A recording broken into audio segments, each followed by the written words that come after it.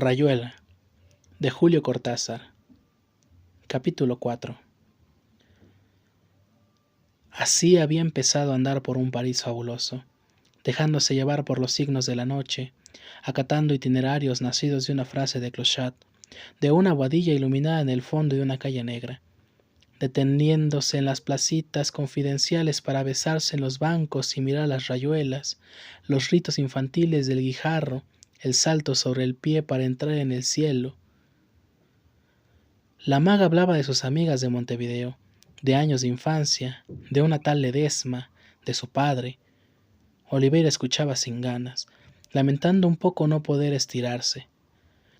Montevideo era lo mismo que Buenos Aires, y él necesitaba consolidar una ruptura precaria. ¿Qué estaría haciendo Traveler, ese gran vago? ¿En qué líos majestuosos se habrá metido desde su partida? Y la pobre boba de Grequepten, en los cafés del centro. Por eso escuchaba displaciente, y la pobre boba de Grequepten y sus cafés del centro. Por eso escuchaba displaciente y hacía dibujos en el pedrugo con una rama mientras la maga explicaba por qué Chempé y Graciela eran buenas chicas. Y cuánto le había dolido que Luciana no fuera a despedirla al barco. Luciana era un snoop, eso no lo podía aguantar en nadie. ¿Qué entendés por snoop?, preguntó Oliveira más interesado. Bueno, dijo la maga agachando la cabeza con un aire de quien presiente que va a decir una burrada. Yo me vine en tercera clase, pero creo que si hubiera venido en segunda, Luciana hubiera ido a despedirme. La mejor definición que he oído nunca, dijo Oliveira. Y además estaba Rocamadour, dijo la maga.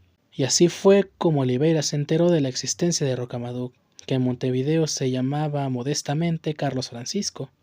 La maga no parecía dispuesta a proporcionar demasiados detalles sobre la génesis de Rocamadour, aparte de que se había negado un aborto y ahora empezaba a lamentarlo. Pero en el fondo no lo lamento. El problema es cómo voy a vivir. Madame Irene me cobra mucho, tengo que tomar lecciones de canto, todo eso cuesta. La maga no sabía demasiado bien por qué había venido a París, y Oliveira se fue dando cuenta de que con una ligera confusión en materia de pasajes, agencias de turismo y revisados, lo mismo hubiera podido recalar en Singapur que en la Ciudad del Cabo. Lo único importante era haber salido de Montevideo, ponerse frente a frente con eso que ella llama modestamente la vida. La gran ventaja de París era que sabía bastante francés, mort Pitman, y que se podían ver los mejores cuadros, las mejores películas, la culture en sus formas más preclaras. A Oliveira le enternecía ese panorama, aunque Rocamadour había sido un sogate bastante desagradable y no sabía por qué. Pensaba en algunas de sus brillantes amigas de Buenos Aires, incapaces de ir más allá del Mar de la Plata, a pesar de tantas metafísicas ansiedades de experiencias planetarias. Esta mocosa, con un hijo en los brazos para colmo, se metía en una tercera de barco y se largaba a estudiar canto a París sin un veintén en el bolsillo. Por si fuera poco, ya le daba lecciones sobre la manera de mirar y de ver, lecciones que ella no sospechaba. Solamente su manera de pararse de golpe en la calle para espiar un zaguán donde no había nada, pero más allá, un vislumbre verde, un resplandor, entonces colarse furtivamente para que la portera no se enojara, asomarse al gran patio con a veces una vieja estatua o un brocal con hiedra, o nada, solamente el gastado pavimento de redondos adoquines, verdín en las paredes, una muestra de relojero, un viejito tomando sombra en un rincón, los gatos, siempre inevitablemente los minuché morongos, miau miau, kitten cat, chat cat gato, grises y blancos y negros y de albañal, dueños del tiempo, de las baldosas tibias, invariables amigos de la maga que sabía hacerles cosquillas en la barriga y les hablaba en un lenguaje entre tonto y misterioso, con citas a plazo fijo, consejos y advertencias. De golpe Oliveira se extrañaba andando con la maga. De nada le servía irritarse porque a la maga se le volcaban casi siempre los vasos de cerveza o sacaba el pie por debajo de una mesa de junto para que el mozo tropezara y se pusiera a maldecir. Era feliz a pesar de estar todo el tiempo exasperado con esa manera de no hacer las cosas como hay que hacerlas, de ignorar resueltamente las grandes cifras de la cuenta y quedarse en cambio arrobada delante de la cola de un modesto tres o parada en medio de la calle, El Renault negro frenaba a 2 metros y el conductor sacaba la cabeza y punteaba con el acento de picardía. Parada como si tal cosa para mirar desde el medio de la calle una vista del panteón a lo lejos, siempre mucho mejor que la vista que se tenía desde la vereda, y cosas por el estilo. Oliveira ya conocía a Perico y a Ronald. La maga le presentó a Etienne, y Etienne le hizo conocer a Gregorovius. El Club de la Serpiente se fue formando en las noches de Saint-Germain-des-Prés.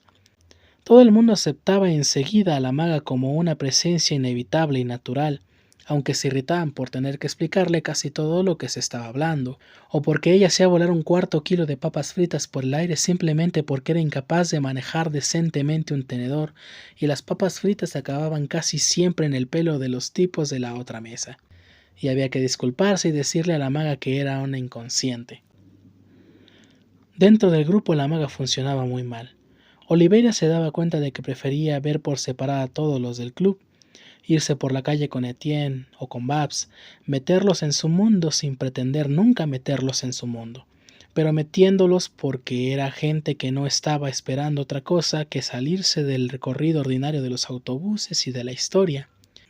Y así de una manera u otra, todos los del club le estaban agradecidos a la maga, aunque la cubrían de insultos a la menor ocasión. Etienne, seguro de sí mismo como un perro o un buzón, se quedaba aliviado cuando la maga le soltaba una de las suyas delante de su último cuadro, y hasta Perico Romero condescendía a admitir que para ser hembra la maga se las traía. Durante semanas o meses la cuenta de los días le resultaba difícil a Oliveira, feliz, ergo sin futuro. Anduvieron por París mirando cosas, dejando que ocurriera lo que tenía que ocurrir, queriéndose y peleándose, y todo eso al margen de las noticias de los diarios, de las obligaciones de familia, de cualquier forma de gravamel fiscal o moral. Toc toc. Despertémonos, decía Oliveira alguna que otra vez. ¿Para qué?, contestaba la maga mirando correr los peniches dentro del Pont Neuf. Toc toc. Tenés pajarito en la cabeza. Toc toc, te picotea todo el tiempo. Quiere que le des de comer comida argentina. Toc toc. Está bien, rezongaba Oliveira. No me confundas con Rocamadoc. Vamos a acabar hablando de un lírico de almacenero o la portera se va a armar un lío espantoso. Mira, ese tipo que anda siguiendo a la negrita. A ella la conozco, trabaja en un café de la Rue de Provence. Le gustan las mujeres, el pobre tipo está sonado. ¿Se tiró un lance con vos, la negrita? Por supuesto, pero lo mismo nos hicimos amigas. Le regalé mi Rouge y ella me dio un librito con un tal... Por supuesto, pero lo mismo nos hicimos amigas. Le regalé mi Rouge y ella me dio un librito de un tal Retef. No, espera, Retif. Ya entiendo, ya. ¿De verdad que no te acostaste con ella? Debe ser curioso para una mujer como vos. ¿Vos te acostaste con un hombre, Horacio? Claro, la experiencia, ¿entendés? La maga lo miraba de reojo, sospechando que le tomaba el pelo. De todo venía porque estaba rabioso a causa del pajarito en la cabeza, toc toc, del pajarito que le pedía comida argentina. Entonces se tiraba contra él con gran sorpresa de un matrimonio que paseaba por la Rue de Saint-Sulpice. Lo peinaba riendo. Oliveira tenía que sujetarle los brazos, empezaban a reírse, el matrimonio los miraba y el hombre se animaba apenas a sonreír. Su mujer estaba demasiado escandalizada por esa conducta. Tenés razón, acababa confesando Oliveira, soy un incorable, che. Hablar de desesperarse cuando por fin se está tan bien, así, dormido. Se paraban delante de una vidriera para leer los títulos de los libros. La maga se ponía a preguntar, guiándose por los colores y las formas. Había que situarle a Fauvet, decirle que Montesquieu, explicarle cómo Raymond Ridiget, informarle sobre cuándo Teólipe Gautier. La maga escuchaba, dibujando con el dedo en la vidriera. Un pajarito en la cabeza, quiere que le des de comer comida argentina. Pensaba Oliveira oyéndose hablar. Pobre de mí, madre mía. ¿Por qué no te das cuenta de que así no se puede aprender nada? Acababa por decirle. Vos pretendés cultivarte en la calle, querida, no puede ser. Para eso abónate al Rillet Digest. Oh no, esa porquería. Un pajarito en la cabeza, se decía Oliveira. No ella, sino él. ¿Pero qué tenía ella en la cabeza? aire o gofio o algo poco receptivo no era en la cabeza donde tenía el centro. Cierra los ojos y den el blanco, pensaba Oliveira. Exactamente el sistema Zen de tirar el arco. Pero da en el blanco porque simplemente no sabe que ese es el sistema. Yo en cambio, toc toc, así vamos. Cuando la maga preguntaba por cuestiones como la filosofía Zen, era cosa que podía ocurrir en el club, donde se hablaba siempre de nostalgias, de sapiencias tan lejanas como para que se les creyera fundamentales, de adversos de medallas, del otro lado de la luna siempre. Gregorovio se esforzaba por explicarle los rudimentos de la metafísica, mientras Oliveira sorbía su Pernod. Los miraba gozándolos. Era insensato querer explicarle algo a la maga. Fauconnier tenía razón. Para gentes como ella, el misterio empieza precisamente con la explicación. La maga oía hablar de inminiscencia, trascendencia, abría unos ojos preciosos que le cortaban la metafísica a Gregorovius. Al final, llegaba a convencerse de que había comprendido el Zen y suspiraba fatigada. Solamente Oliveira se daba cuenta de que la maga se asomaba cada rato a esas grandes terrazas sin tiempo que todos ellos buscaban dialécticamente. No aprendas datos idiotas, le aconsejaba. ¿Por qué te vas a poner anteojos si no los necesitas? La maga desconfiaba un poco. Admiraba terriblemente a Oliveira y a su Etienne, capaces de discutir 3 horas sin parar. En torno a Etienne y Oliveira había como un círculo de tiza. Ella quería entrar en el círculo, comprender por qué el principio de indeterminación era tan importante en la literatura, por qué Morelli, del que tanto hablaban, al que tanto admiraban, pretendía hacer de su libro una bola de cristal donde el micro y el macrocosmos se unían en una visión aniquilante. Imposible explicarte, decía Etienne. Esto es el mecano número 7 y vos apenas estás en el número 2. La maga se quedaba triste. Juntaba una hojita al borde de la vereda y hablaba con ella un rato. Se la pasaba por la palma de la mano, la acostaba de espaldas o boca abajo.